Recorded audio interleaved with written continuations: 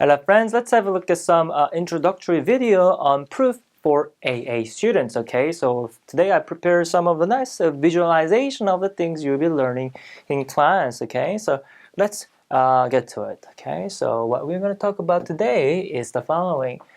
So today we want to talk about why we are learning the IB math and then what emphasis they have put. Let me ask you a question.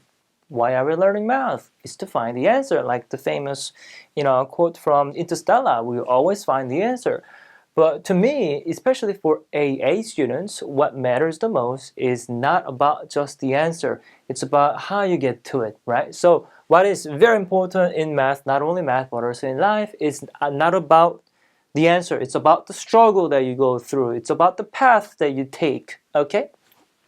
So yes, so mathematics really sums up our attitude towards life. So answer is in the attempt, and that's what is really the main emphasis for the AA, especially with the deductive thinking. Let me quickly talk about that. But before we talk about that, I want to show you a nice quote from my favorite movie called Before Sunrise, and it says, answer must be in the attempt. And that's what really emphasized in mathematics, especially for the AA, where you use the deductive thinking. So yes, so what you're learning in school, for the choice of either AA or AI, what you're looking at is AI is the inductive knowledge, right? So and then the AA will be the deductive knowledge. So let's talk about what it means by that. What it means by with the nice visualization here. So left brain is gonna be the deductive knowledge, and then the right hand side here, the the illustration here suggests the inductive knowledge. So this is gonna be something like what you do in AA problems, where this is going to be the AI problems. If you ask me,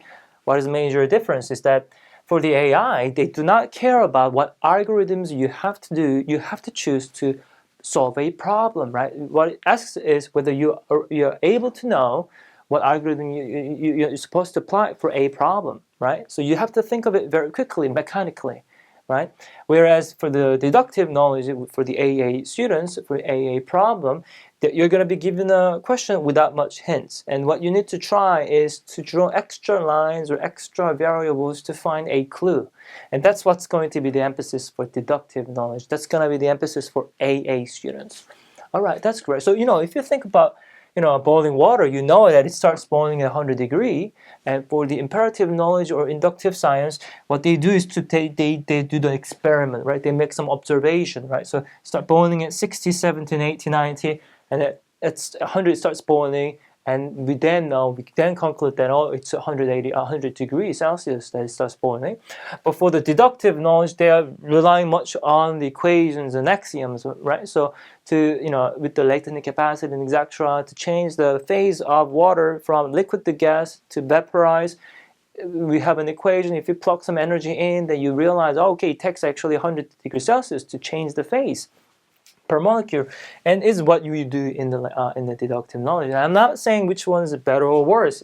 They are mutual. You wouldn't be able to solve this equation if you don't have a certain coefficient or constant for water, for example, right? So it's very, very important that you use both of them, right? You get the information from the experiment, you can plug it into the equation, so they are very mutual. All right, but for math in AA, where it requires deductive knowledge and declarative knowledge, what it uses is the following. What you need to do is, yes, it's important that you get to the answer. It's important you descend to the right destination from your ski slopes, okay? But what's more important is where you start is also very important. And in mathematics, especially for the proof section, they put emphasis of knowing the definitions and axioms, right? So for example, here, if you take this slope here, does it look fun? Maybe it's going to descend very quickly. But if you take the detour, it might not be as efficient as the other one, but it still get you there, you see. So really the different tastes, you see, and depending on the topic, from the same result, you can have many different proofs, and that's what really the deductive knowledge is about. That's all about the analysis and approaches with the plural on it. I think that's a very nice touch for the AA title.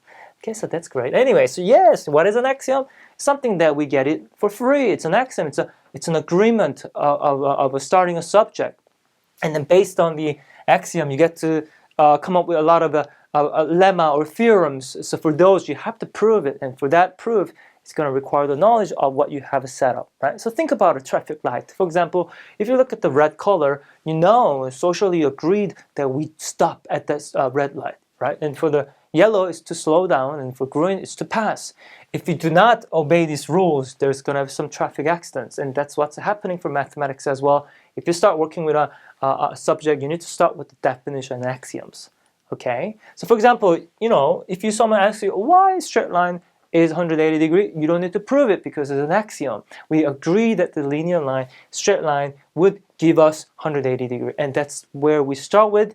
And with that, you can prove other theorems, other ideas. So for example, you know, imagine that I've got this one as an axiom, and I want to use it for certain theorems. For example, I claim that the sum of internal angles is 180. You know it is true, but if I ask you, can you prove it? You might start scratching your head a bit. Oh, okay, hold on a sec. Well, that's good, fair point. How do I prove it?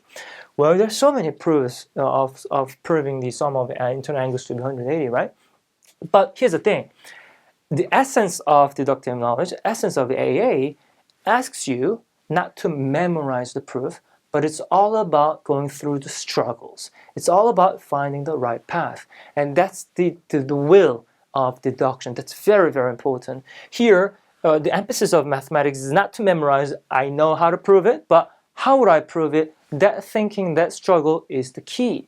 So for example, you know, that's why the geometry is so important, right? So for here, you know, you will struggle. Okay, how do I prove it? I'll probably use some of the existing knowledge that I know. I will use some of the axioms that I have learned. Maybe I will draw a circle. Who knows that I can prove using the circle? Who knows? Or maybe I will create a perpendicular foot and talk about something else with the angles. Who knows? I don't know how it's going to go. But that's about the will, that you are willing to make some extra points on your own to prove things. And that's very, very important on our side. And that's what the emphasis of the deductive science, the mathematics for the AA. So yeah, you know, this is a very typical proof. So we make extra lines. That's done by you. No one tells you, you do it. You make this decision of making the extra line. Hence, then I use the axioms or the lemma from the axioms to prove it. So we know that this is going to be the corresponding angle. It's the same angle there because it's parallel. And then that is going to always zigzag, gives us the same angle if it's a parallel. And then I know that the angle by the axiom of a straight line to be 180 degree, and then if you add them up, it's gonna be the same thing. So hence becoming 180 degree. And again, the emphasis is not on memorizing the proof, but about the process, about that you try to give a go by yourself, making the extra lines and drawing the circles. Who knows? It's gonna give you the answer. But obviously, it's not going to be some random lines. Those lines have to come from your existing knowledge from what you already have learned, okay? And then you get to solve it. And that's very important. That's very, very important. For example, you know, today we're going to go through the Pythagoras Theorem and with a little bit of taste of a Pokemon, and let me tell you why. But yes, for that, some of the axioms and theorems are required. So for me, let me present. For the area of a square, if side length is s, you know that it's going to be s squared. If you ask me why, don't worry, you don't have to prove it because it's the axiom. Area of a square is defined to be the product of itself, okay? For that, you can prove the rectangles and then the area of a triangle. But then, you know, for the sake of the time consuming, I would suppose that we already proved it. And then I will show you like how to prove the rectangle briefly. Okay, why not? So for the rectangle, you know, you can just rotate that, like rotate a same congruent rectangle like this, and then you get to have the two squares, and you can use a bit of algebra to show that, oh, it's actually the product of the length and width to find the area of a rectangle, okay? So if you have an axiom that you can connect to the other formula that we already learned with the proof. So for the rectangle would require proof. That's not an axiom. Area of square is an axiom. So for that, you get to use it to prove the other formula, such as the area of a rectangle and then the right angle triangle. For the right angle triangle, I will show you by the visual. So let's see. Let's continue. Sure. For today, you know, I want to give you a nice touch from the IB style exam questions from section A, section B, and paper 3. So those are categorized as the I forgot the name. In Korean, it's Pythagoras Rizard, Rizamo. I think sounds much better than, what was it? This is the Charizard. Sounds bad. And Charmeleon, isn't it? And I will get to know it. But Pythagoras, Rizard, Rizamo, I will get to have a different taste of proving the Pythagoras theorem. And let's get to it with very nice visual. Okay, I'm very excited to show this because it took me so much time. But yeah, let's have a look. Let me show you what I will show you. So we know, so I will assume, okay, that we already proved that the area of a rectangle is to be the product of the width and length. That is brilliant. But now I want to use it for proof of the right angle triangle. Remember, I had the proof for the rectangle because by using the axiom of the square. Square, rectangle, and let's see what byproduct we can have of these proofs. Okay, and for that, will of deduction is important, meaning they don't give you which lines you have to draw extra to prove the right angle triangle, and so you have to give it a go. You need to try yourself. And here, what is very important is that you're willing to making some lines, and which line do you want to draw here to prove the area of the right angle triangle? Sure, I got to create a right angle triangle, so it's probably nice to draw the diagonal. No one tells you this. We have to do this, okay? So that's what it means by thinking deductively, and that's not easy. It requires patience and a lot of failures, okay? So I don't want you to just, when you read a book, I don't want you to just jump into, oh, okay, what's the proof? I want to memorize it. Obviously, I think that's a really good will as well. But fundamentally, what you need to do is to embrace yourself with the least amount of hints so that you try yourself by first. Then you get to admire, you get to appreciate the correct proof, because for mathematics, it's really learning the history. It's really to pay the admiration of our old ancestors in mathematics for their rigorous proof, their bright proof. Why do we love Pythagoras theorem so much? Because he came up with that bright idea, with that insightful idea to prove a theorem. And that's what we get to love it, admire it. And most of advanced problems in entrance exam questions like A-level, IB, or competition problems like AMC, UKMT, they really get to use those the spirit of ancestor for those hard problems. And that's what we are learning. It's really like the spirit of the ancestor as in history. Okay, anyways. So yeah, so we get to draw the diagonal because we wanted to create the right angle triangle. No one told us. That's what it means to think deductively. Okay, so that's great. So that's number one. Let's have a look at number two. But what do we see in common? Well, if you rotate it around, you get to see that they are congruent by the case of RHS. Shared length, hypotenuse, right angle triangle, that's beautiful. And then, these are these congruent triangles. So the product of, sum of these two would end up being the rectangle. Therefore, to get individual area, it makes sense that we divide this by 2. And that is a very nice proof in visualization for the, the right angle triangle. That's lovely. So now I want to summarize a bit. We know the area of a square by the axioms, yes. And then we know the area of the rectangle. We assumed it, but I kind of show you how we do it. And then we just proved the area of the right angle triangle. That is beautiful. And I want to combine this to prove the Pythagorian version of the Pythagoras theorem. Let's get to it. So now I got a beautiful right angle triangle. What's so tempting to use? Yes, we got this side length here and then the hypotenuse. I want to prove the Pythagoras theorem. A squared plus b squared is equal to c squared. That is a really great idea. But I want to prove it using what we just have learned. So what we want to do is create 3 more congruent right angle triangle. And I'm going to make a large square with this triangle here. So the information does not change. I got the side length of AB and hypotenuse to be C. And my attempt here is to find the area of the large square, where this is a congruent. Then this length is going to be A as well, because it's defined to be the congruent. And for the area of a square, it's an axiom, so I can use it for free. It's just going to be the side length square. No problem. So for that yellow highlighted large square with the side length of A plus B, it's just going to be square. That's great. But here's a little twitch. So here's a little switch. What I want to do is to use the different shapes of the polygons to find another expression of the area of a square and equate them. So here, the smaller size of a square with the side length C, can be achieved by just squaring C, no problem. To get the large area of a square, I need to also get the 4 times of the rectangle triangle in pink. That's great. So the product of A and B divided by 2, which we proved, so I can use for free, is what we're going to do. So what I'm going to do is to equate the equation of saying, okay, a smaller square here, and then 4 times of the right angle triangle must be equal. Visually proven. Yes? And now the algebra comes very handy. I'm going to do the expansion. I'm going to simplify the right-hand side. Let's see what we can get. Then it's going to be a squared plus 2ab plus b squared. On the right-hand side, it's going to be just 2ab. And then we can get rid of the like terms, such as 2ab. Let's cross it out. Then I get to have this beautiful proof for the Pythagoras Theorem. Hence proven is what we're going to do for this case. Okay? So that's the Pythie. That's the, I don't know, man. What was the name of it? It's either Charmeleon or something else. The first of the fiery type, right? So that's the first type. And let's move into the, I think that's the Charmeleon, the second one, isn't it? So these are the version of the Pythagoras Theorem. Let's get to it, my friend. Sure. That's the Charmander. Oh, I wrote it in the slide, didn't I?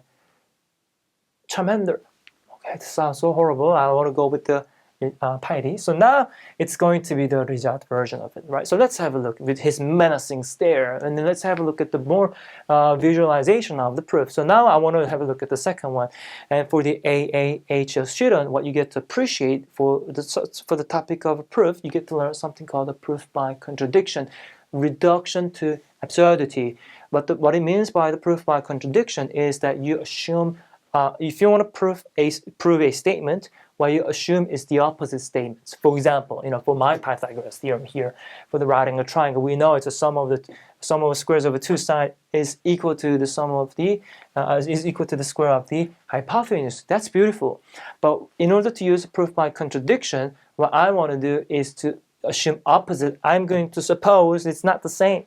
Okay, but here's the thing: if 2 numbers are not the same, one of them has to be bigger. So I'll give you a better one. Let's suppose, okay, that the left-hand side is actually bigger.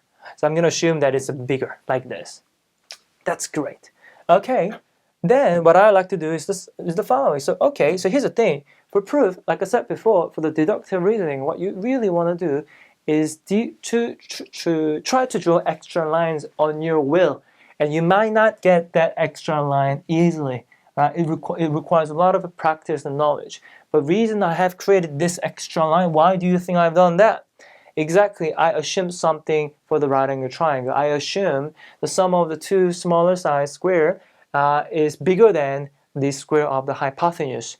And that should be applicable for regardless of the size of the right angle triangle. So by making this line, I have created 2 right angle triangles, so that I can apply that wrong version of the Pythagoras theorem, which is assumed to be true. Okay, let's get to it. So if I come up with these 2 right angle triangle, although they are not same, what are they? They are not congruent, but they are similar. So their ratio must be the same. Remember that their ratio must be the same because it is similar. That's great. Then I'm going to use the wrong Pythagoras theorem version of it.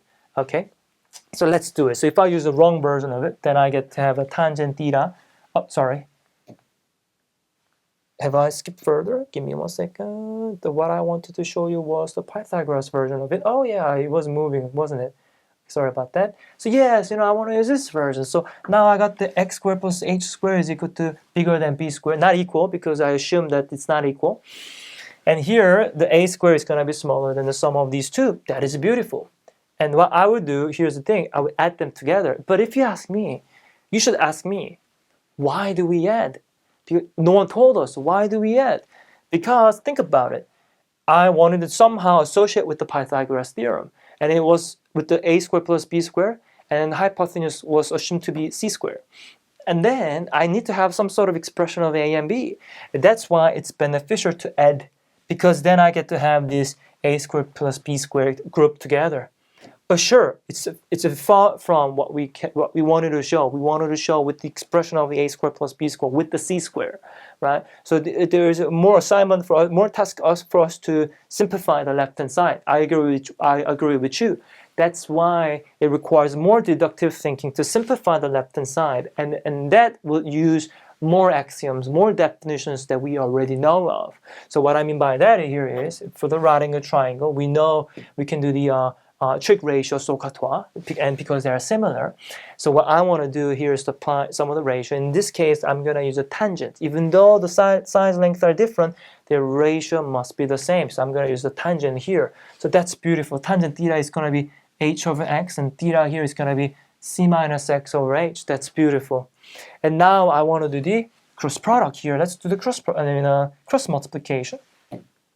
So if I did, it's going to be h squared is equal to blah, blah, blah. So I got that beautiful identity. And I wonder if I can apply this to simplify the left-hand side that we already have from the Pythagoras Theorem. Let's have a look. So now, previously, what we had from the sum of these two squares was this. It looks nasty. But now I want to see if I can use that identity in one of the term here. Well, thankfully, on the left-hand side, I got the h squared. And it's certainly cancelable. So I will do that. I will get rid of that h squared. That's great. Let's do it.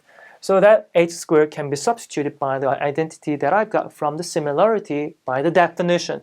That they're similar, their ratio must be the same. So what I've just done now is to expand it by distribution. Now I want you to see which one is cancelable, right? Which got the in common. Well, I got the 2xc minus 2xc, obviously cancelable. I got the x squared minus 2x squared. That's also cancelable. So that is great. So only term that, only term that's left over is going to be who? Let me just fast forward.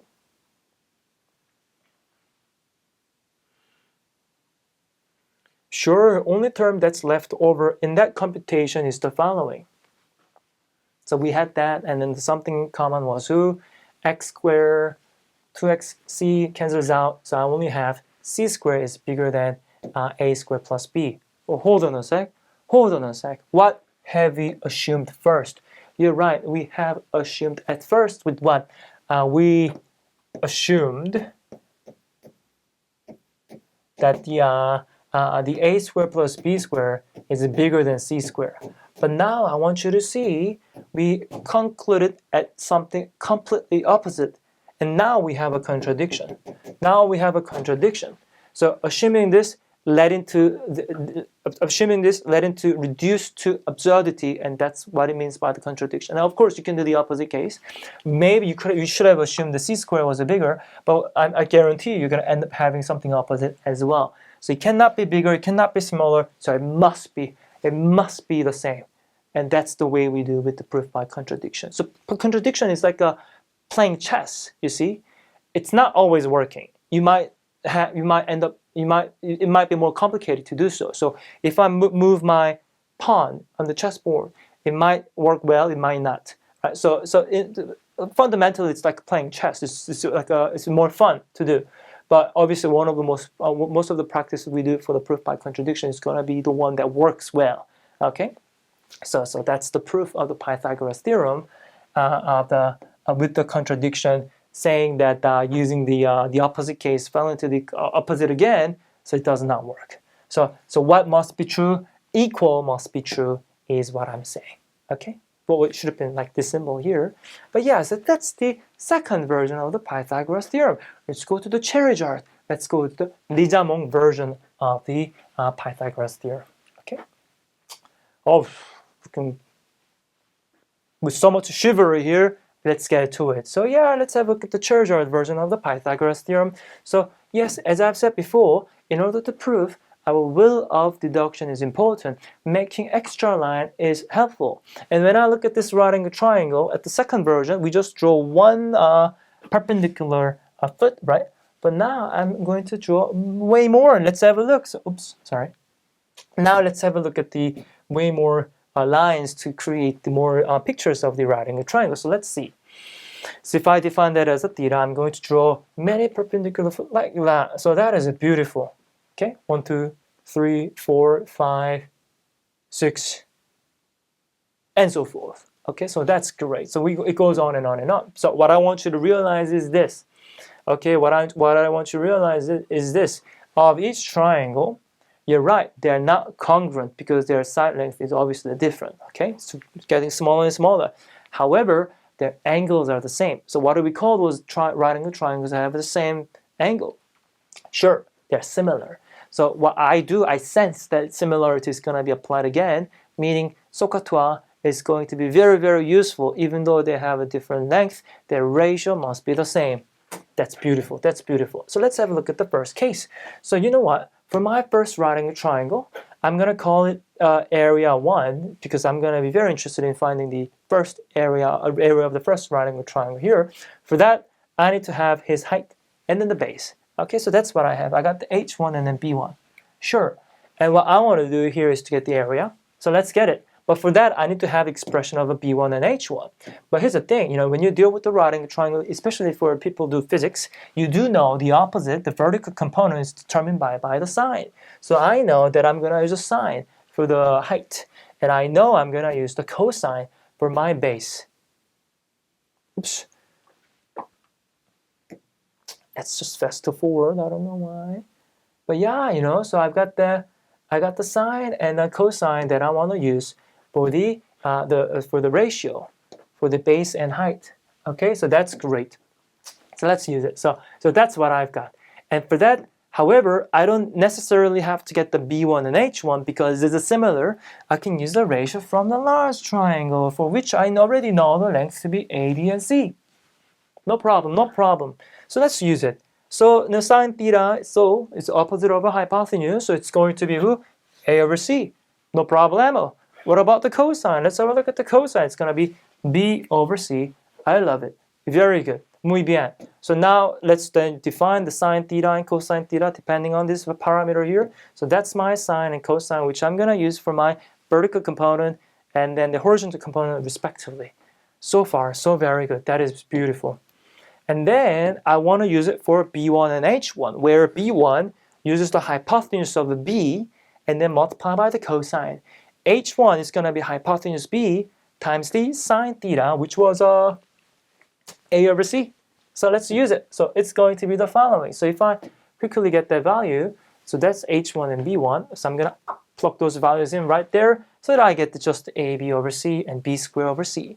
So for those H1 and B1, I can successfully find the area of this highlighted triangle, which is just the 1 over 2 base and height, which we already have proven using the area of a square rectangle put together, right? So that is the area of the first right angle triangle.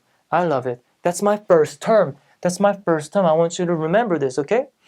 But of course, I want to get more area, like the first one, second one, and third, and etc.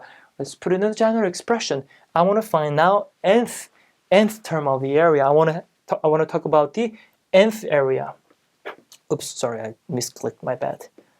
Now I want to find the nth area. So let's have a look. So that was the first area, right? Area of the first triangle. Now let's have a look at the area of the nth right angle triangle. And for that, obviously we use the nth base and nth height like this. That is great. But I want you to look at this. What I want you to look at this is that the height and then the base of the nth triangle, obviously we use the sine and cosine, right?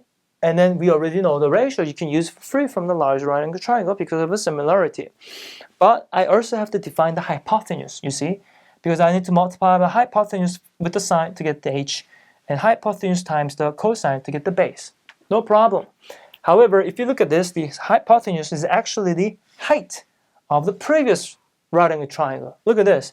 If that was the an minus 1, which is the previous right angle triangle, his height is the hypotenuse of the next right angle triangle. That is great. That is beautiful. So let's have a look. So what we can have here is, sure, this hn is equal to hn minus 1 times sine theta. Okay? This is the height of the previous right angle triangle. But I want you to see this. I want you to see this. Look at this. Sine theta we already knew, so I substituted with the a over c. Okay? However, if I look at the present term of a sequence, depending on the previous term, that's a recursive definition. And look at this. From the previous term to move on to the next term, I had to multiply by a constant. And that's a definition of who? Very good. That is the definition of the geometric sequence. and A over C is in fact the common ratio. That is beautiful. So now I can change into the explicit form, right? The first term times common ratio to the power of n minus 1. And for the first term we already defined before, I can just use it easily like that. And that, my friend, is the explicit formula for the geometric sequence of the height of the nth right angle triangle. That's great. With the common ratio of who again? A over C. Beautiful, beautiful. And I can do the same thing for the base, isn't it? So the base will also depend on the height of the previous right angle triangle, but in this time multiply by the cosine theta. Again, we already had the definition of HN. You can just sub it in, no problem. Then again, I come up with this beautiful explicit formula for the geometric sequence of the base. That is beautiful. That is beautiful. That's the first term is AB over C, and the common ratio is who? You're absolutely right. The common ratio now is going to be A over C. Oh, sorry, it's supposed to be n minus 1. My bad, it's a typo, right? Sure. So my common ratio is that. And now I can use both of them. Now I can use both of them for finding the area of the nth right angle triangle, because I just have to do the product and divide by 2. Let's get to it. Let's have a look. So the area of the nth right angle triangle is the product of the base and height over 2. And I found the explicit formula for each of them. So I'm just going to sub it in like that. No problem. That's beautiful. So then if you simplify and put them together, what you end up getting is the following. So I just did the algebra. So this is what I've got. And obviously this is also the geometric sequence, right? Because it's the some term here and the common ratio to the power of n. So I don't want you to confuse yourself. If I ask you what the common ratio of the geometric sequence for the area, would you say A over C? Good, you shouldn't, because it's always r to the power of n.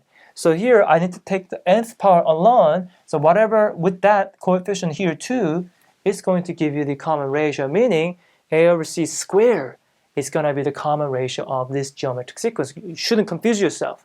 So it's A over C to the power of 2 is the common ratio. So that's great. So you know what I'm going to do? Why have I defined the nth area formula? Well, because I want to add the first, second, third, etc., etc. I want to add this all infinite small right angle triangle all together to demonstrate the area of the right angle triangle. Okay, that's a one hell of a way of finding the right angle triangle, area of the right angle triangle. But no problem, we can do it. So let's have a look. So I'm going to add A1, A2, all that. It's infinite series. However, if you look at the nature of a sequence, it was a geometric sequence. So this becomes infinite geometric series. What do we smell? It smells like what? The rock is cooking. It smells like the common ratio matters. Yes, for the convergence of infinite series, what do we remember? Great answer. It matters with the common ratio. And the common ratio was A over C squared, which is less than 1. You can prove it because it's from the trig ratio. And obviously it has to be bounded by negative 1 and 1. So it does converge. I'm very happy. And what does this remind me? So this is going to be the infinite series, and that is a very formula that we have learned from the infinite geometric series. The first term over the 1 minus common ratio r. That is great. So let's use it. At the beginning of this video, we already figured out the area of the first right angle triangle, right? Because we already figured out the B1 and H1. So I can use it for free. And I found the common ratio r, so it was A over C perfect square. So I just plug it in. Obviously, I want to simplify further, so let's multiply by the common factor like that, top and bottom. So if you see the simplification, that's the algebra we have done. And that's the formula of the right angle triangle from the infinite series. Understood? Very good. Not too complicated. This takes all the detour of the ski slope. I still got to the destination, but it could have been much quicker, much faster descending by using just the product of the base and height. Well, let's have a look at the simpler formula for the right angle triangle. It's going to be simply just product of A and B over 2. But even though we took different paths, still got to the same result of the area. We can compare those two formulas. So let's do it. So this formula is from the infinite geometric series, and this is from the right angle triangle formula. Sure. Now we do the algebra. I can get rid of the common factor of 2. On the numerator, I got the common factor of A and B. Let's get rid of it. That's beautiful. So if I do the rearrangement, B squared is equal to C squared minus A squared. If I rearrange the A squared once again, I got the A squared plus B squared is equal to C squared. I got that beat. Very good. Muy bien. Mucho gracias. So this is the third version of the Pythagoras theorem. The reason I have separated by the what is it, Charmander, Pyri, okay, please learn. Pyri sounds much cuter. Pyri, Rijamong version of this proof is to pay the respect of the different types of questions that you will encounter from your school and exam. The first version is very likely to be done in the section A, right? The shorter, simpler, obviously, but the last question of a section A is actually one of the hardest, but it would be like the intermediate questions, right? And then the second one with the proof by contradiction is likely to be done in the section B. However, for the third one, it's likely to be done in paper 3. And you just tasted, my friend, of the beginning and the beauty of the deductive mathematics in AA for International Baccalaureate syllabus. Okay, very good. But I just wanted to visualize this problem. It's so nice. Okay, so please respect it because it took so much time. But yeah, that's about it. Okay, so that's beautiful. So yeah, so I just wanted to encourage you to learn more with your topic. Once you get, if you start working with the AA, what you need to do is why are we learning? Is to learn the life lesson. Okay, it's not about the answer. It's about the attempt. You have to scratch your head. You have to, what do you call it? What's the expression? You need to have the brain freeze of encountering a hard problem. Don't just go to a Discord channel and ask for help right away. Spend some time on it. Spend an hour or so on a problem that you couldn't solve. Draw extra lines, draw extra radius, draw extra circles to get some extra clues. And that's what it means by the deductive science, and that's the essence of the analysis and approaches. Plural. You see, so we took 3 different approaches of the Pythagoras theorem. Okay, great. So that's pretty much it for me today. Let's go over more next time. Thank you.